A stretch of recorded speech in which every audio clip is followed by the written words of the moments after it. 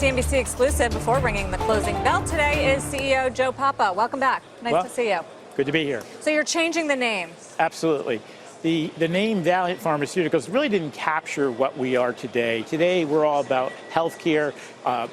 Turns out that a large part of our business is contact lenses, medical devices, and really felt that the Bausch name captured what we're trying to become tomorrow. Well, it also carries a stigma, the Valeant name, from what happened. Largely, you were brought in to help fix it, but with the debt problems and the price problems, do you think this will really change the way investors look at this company? So I've talked to a number of investors. They clearly have seen the progress we've made.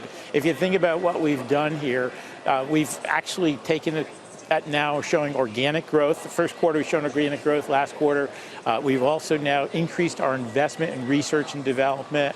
And importantly, we did reduce our debt by $7 billion just in the last 2 years. So we do think we're making great progress. There's still a lot to do, to be clear. But we think today being day one of our Bausch Health captures the 165 years of the legacy of innovation in healthcare. So we're excited.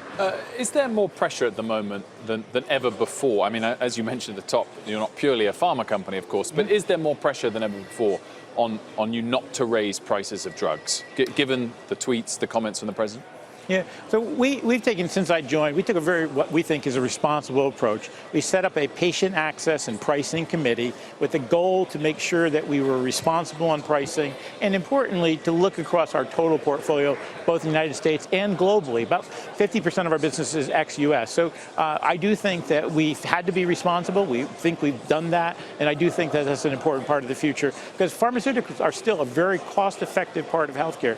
We have one drug, for example, that will, for patients with liver disease, that if you use this drug, patients use the drug appropriately, it can reduce rehospitalizations, which can help to lower the total healthcare costs. How much further can the president push this angle, though, before it really impacts the level of innovation that U.S. pharma companies are able to achieve in a sort of medium-term time perspective? I think we're looking forward to working with the President, Trump, and the administration in terms of where it goes from here. But exactly how it's going to be, I can't really guess exactly where it's going to go, but we are excited to work with the President.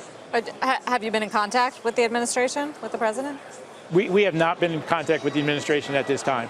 So as far as the previous drug hikes that came under so much fire, as I understand it, you have kept those levels, those hikes in effect, correct? So what we've done is we've looked at the pricing that was out there, and as I said, the most important thing that we decided was to make sure there was patient access, to make sure that patients had access to our product irrespective of their ability to pay. So we put together a number of programs out there to ensure that has happened.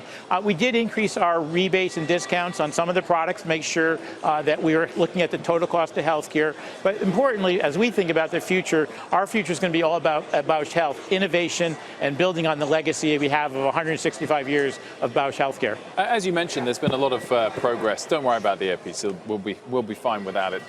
There's been a lot of progress that you've cited some of those factors, but the share price is still down almost 90% from the peak a couple of years ago. So, is the name change something that you think will help that, or is it part of a broader strategy, some other priorities you've got to focus on? Well, I think it's, as I said, it's day one, important milestone, but there's a lot more to do. But what we feel is that by going with this Bausch Health, it better exemplifies what we're trying to do for tomorrow, the excitement we see for tomorrow, and how we're bringing out new innovation. We increased the amount of research and development we're doing. This year alone, it's up about 15%. That's what we're excited about the future, and that's why we think Bausch Health represents a great name for the future. And can you just give us a quick status report on the debt levels, which you have managed to clean up a little bit, but still in a hole? Sure. So when I joined, debt levels were a little over $32 billion. Today, they're right around $25 billion. Still a little bit more than we'd like, both in terms of the quantum of debt and also the leverage, but we're working very diligently. It's obviously a top priority of the team. My CFO, Paul Herendeen's done an absolute magnificent job of refinancing the debt, give us freedom to operate so that indeed we have the ability to pay down debt over the long term. Hey there, thanks for checking out CNBC on YouTube. Be sure to subscribe to stay up to date on all of the day's biggest stories. You can also click on any of the videos around me to watch the latest from CNBC. Thanks for watching.